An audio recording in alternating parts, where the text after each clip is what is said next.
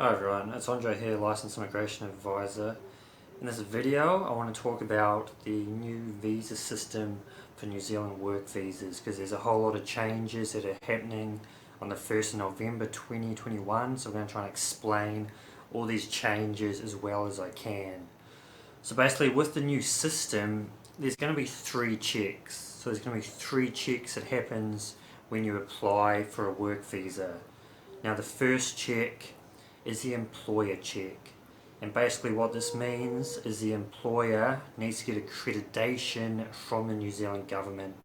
I've already done another video about this, and if you want you can have a look at that video as well, but what I'm going to do is quickly explain this accreditation process again quickly, and then I'm going to move on to the next 2 checks. So for this employer check, the employer needs to go to the New Zealand government and apply for accreditation.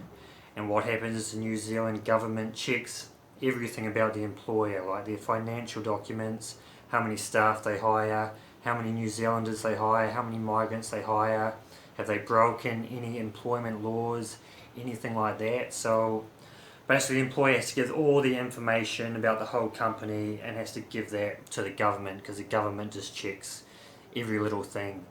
And once they have done checking everything, if everything's okay, then the government will give that employer the accreditation, and that'll be the first check passed. So that means the check number 1, the employer check, has been passed as long as the employer gets that accreditation. Now the second check, number 2, is the job check, and this check's a little bit more complicated, so I'm going to try and explain it slowly. What happens in New Zealand is if a company is trying to hire a migrant worker, what they often have to do is what's called a labour market test.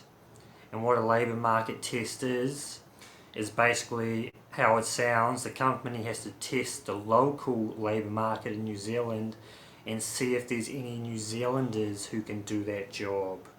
Okay, so they have to check and see if any New Zealanders can do that job, because the jobs in New Zealand are supposed to go to New Zealanders first because of politics and because everybody wants that to happen. So that labour market test basically just means that the company advertises nationally in New Zealand and tries to hire New Zealanders first. So they've got to advertise, they've got to try and recruit New Zealanders first. So that's basically what a labour market test is. Now with the new rules for work visas, sometimes companies will need to do a labour market test and sometimes they won't. So I'm going to quickly explain when they'll need to do a labour market test and when they don't need to do a labour market test. Because if you're trying to get a work visa in New Zealand, you need to know this and you need to understand this rule, because it'll make your life a lot easier. Alright, so the labour market test rules are based around median wage.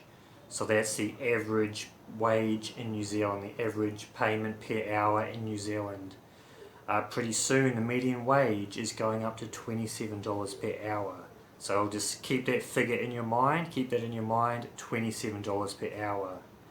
Now, under the new system, when you go to apply for a work visa, if you're being paid 2 times the median wage, so $54, so if you manage to get a job offer and get paid $54, which is a lot, most people won't get that, that's a lot. If you can get paid that much, the employer does not need to do a labour market test. So if you get paid $54 or more, do not need a labour market test. Now, the other rule is if you're working in the regions. So the regions is outside of main cities. So if you're working in a region, it'll be like a small town or a rural area. So a rural area or a small town. If you're working there, if you get a job offer to work there, if you get paid median wage, $27 or above, you do not need a labour market test. So if you're working outside a big city, if you're working in a small rural area in a region and you get paid $27 or higher, you do not need a labour market test.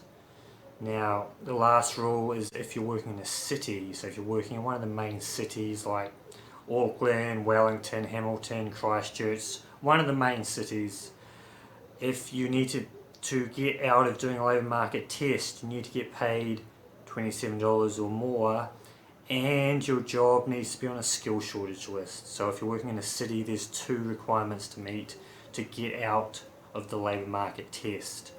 1, you need to be paid $27 or more per hour, and 2, your job needs to be on a skill shortage list. So I hope that's all clear. I'll just quickly go over it again.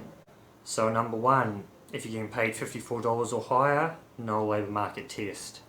If you're working in the regions, so a small town, a rural area, if you get paid $27 or higher, no labour market test.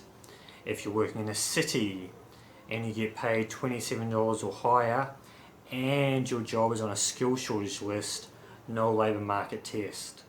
But if you can't meet any of those requirements, that means your employer must do a labour market test, and they must try and hire New Zealanders first. And if your employer needs to do a labour market test and they don't do it correctly, or they just don't do it, you have a 0 chance of getting a visa. So you have a 0 chance, because the politics in New Zealand, the jobs have to go to New Zealanders first unless you can meet that specific criteria. So if your company needs to do a labour market test and they don't do it, if you apply for your visa, you have a 0 chance of getting that visa.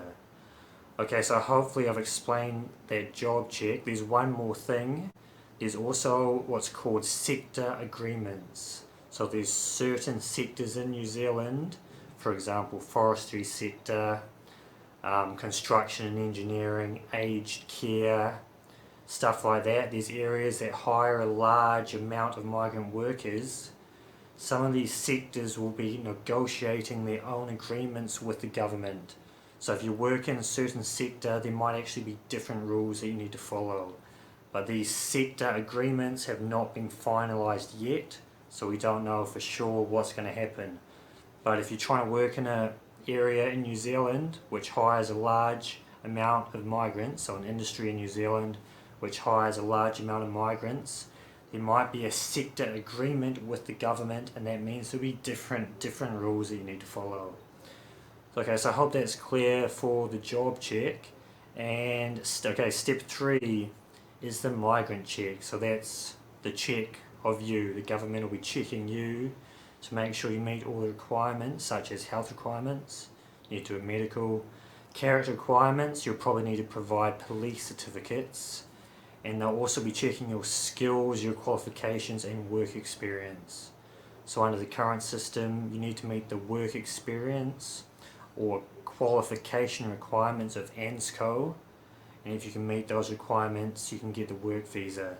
I think they're going to keep this same system. It looks most likely that this system will stay the same. So if you're applying for a job in New Zealand, you need to be qualified for that job, and you need to meet the work experience or qualification requirements of your ANZCO code. So I hope that's everything covered there. Just to quickly summarise, number 1, you've got the employer check, they need to get accreditation. Number 2, you've got the job check, and I've explained all about that labour market test. And number 3, the migrant check, that's you, that they'll be checking to make sure you got good health, good character, good skills, good qualifications, good work experience. So these are the 3 new checks that will be coming up, and that'll be starting from the 1st of November 2021, so you need to be aware of that. If you're going to try and get a job in New Zealand, let's say in 2022, it's really helpful if you understand these immigration rules, because even in New Zealand lots of companies don't understand these rules, lots of employees don't understand these rules, so someone needs to understand them. Okay, and I'm going to end it there. I hope this video was helpful. If you want more information like this, please like, please share, and please subscribe to my channel, and I'll see you all later.